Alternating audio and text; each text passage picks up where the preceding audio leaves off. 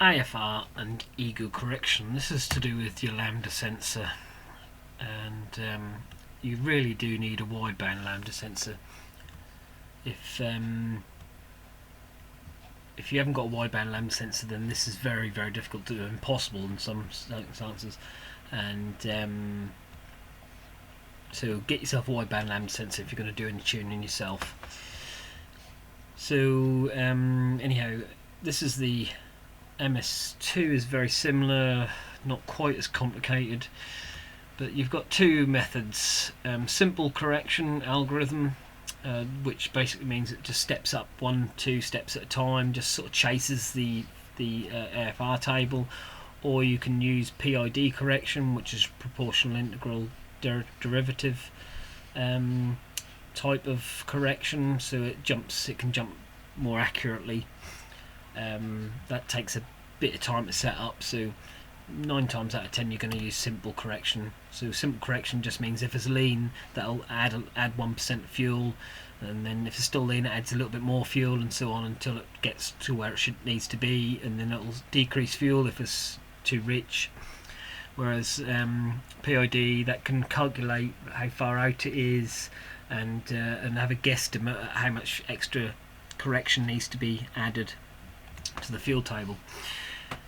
I would leave this quite open, quite wide, the controller authorization, how far that can correct for, until you've got the tuning reasonably well in.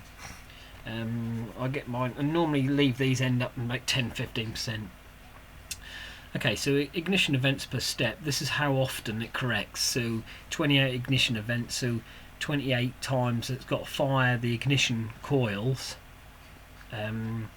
or coils, depending on what setup you got, before it does a correction. There is a calculation for this, because you really want to be correcting 4, 5, 6 times a second at your cruising engine speed of cruising, but generally this needs to be between 15, 16 and 30, 35. If you find this correcting just too often, too much, and it's just chasing around all over the place, then decrease this a little, or increase this a little bit, so it does it less often. There is a calculation for this though, to get a rough guesstimate, but it's not hard and fixed. It's not, just so you go. I tend to put mine 28. Controller step size. This is how often. This is the steps. This is the percentage that it'll move in each time it decides that it needs to make a correction. So if the target table, which is this part here, so if I just add some RPM, I don't know if I can. Yeah. If I add some RPM, my target table is aiming at 14.7. So this is my AFR target table. It's only a table that's looking at. It's not. It's just there for as a reading. So it's looking to make the air-fuel ratio, the lambda sensor's reading, 14.7. So if it's not 14.7, let's say for instance 15, therefore it's too lean, so it's leaner, there's more air in it, so it's lean, so it's 15. This ego correction will add 1% fuel to it after 28 ignition events. And then if it's still too lean, that'll add another percentage fuel correction to it, and so on until it gets to 15, that controller authorization, or 10, or whatever you've set this to. Once it's 15%, it's added 15%, it no longer can correct anymore, it just sits at 15. And then as obviously if we increase load, or if we increased RPM, or anything happened on the table, then so if we go up here, that'd be correcting for 13. It'll be looking to try and get it to 13. You also have limits in MS3. Some of these aren't available in MS2, but so only correct above 12 air-fuel ratio. Well, that actually means lower, because you've got this is an air to fuel ratio, not fuel to air. So the higher the number, the more air there is.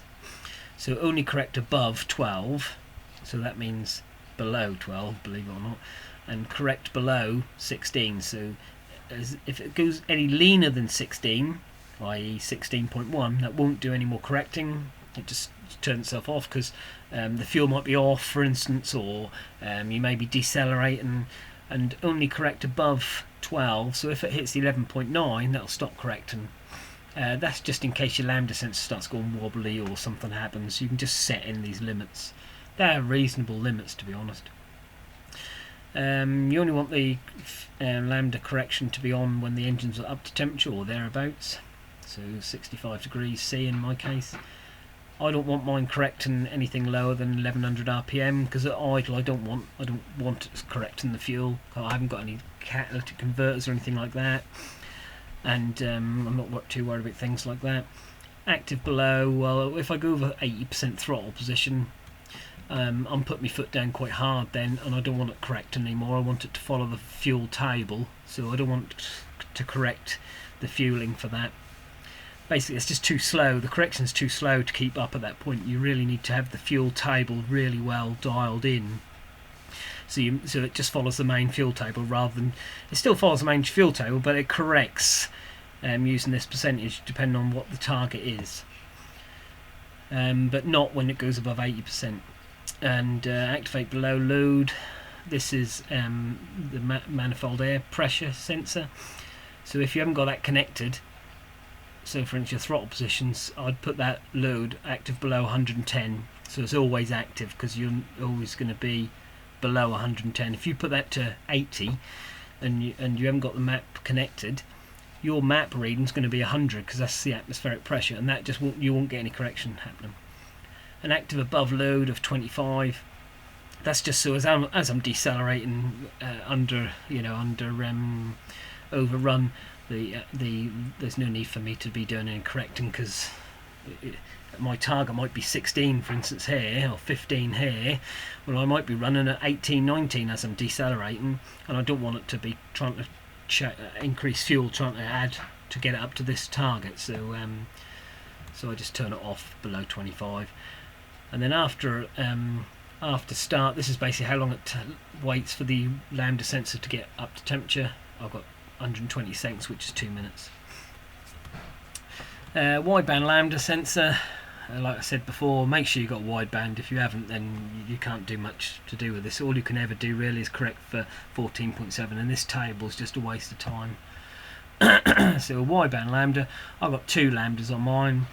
I've got one on the normal ego port, which is what most people would use, and then I've got on my MS3 X card, I've got my other one.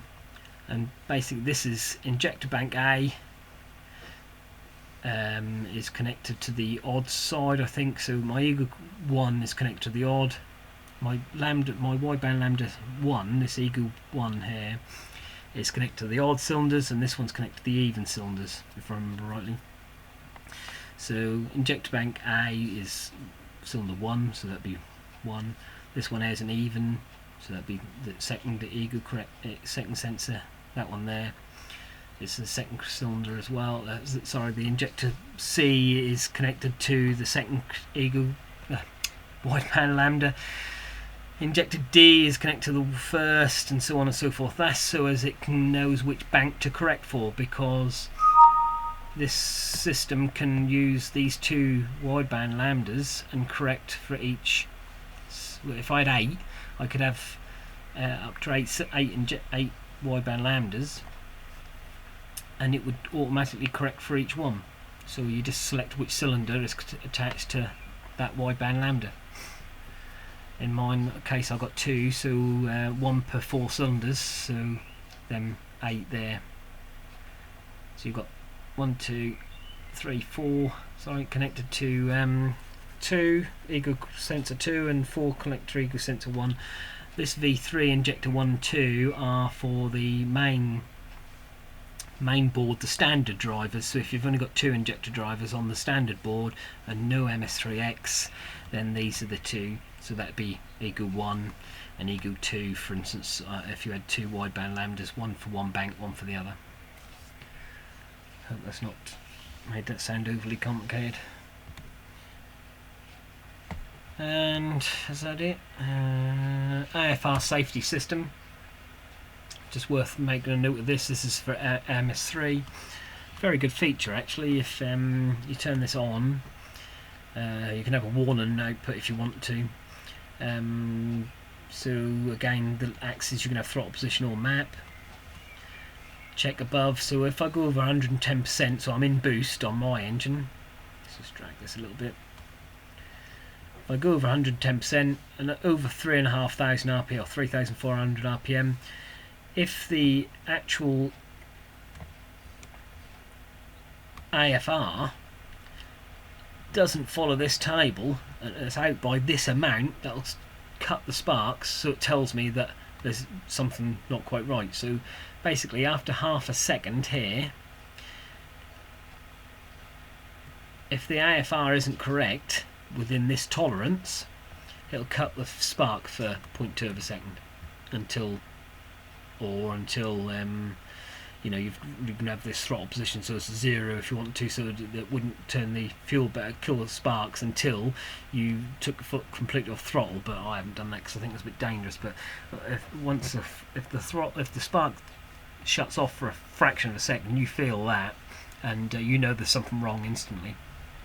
So for instance at 100, where are we? Let's line something up. 110 kPa, I've got in the difference of one AFR, 110 kPa here. So in that line there, when I'm running along here, if the AFR is 13.6, i.e. one AFR out from that, that'll cut me sparks after half a second. And as I go up in the boost, I've decreased the tolerance, so at 130 kPa, so it's 30 kPa of boost. If my AFR from the wideband lambdas is out by half of my target, so 13, if I'm running at 13 AFR here, because half of plus 12.5 is 13, then that'll cut me sparks. So this is just a safety mechanism to make sure that if I suddenly go lean in boost, that cuts the spark and tells me.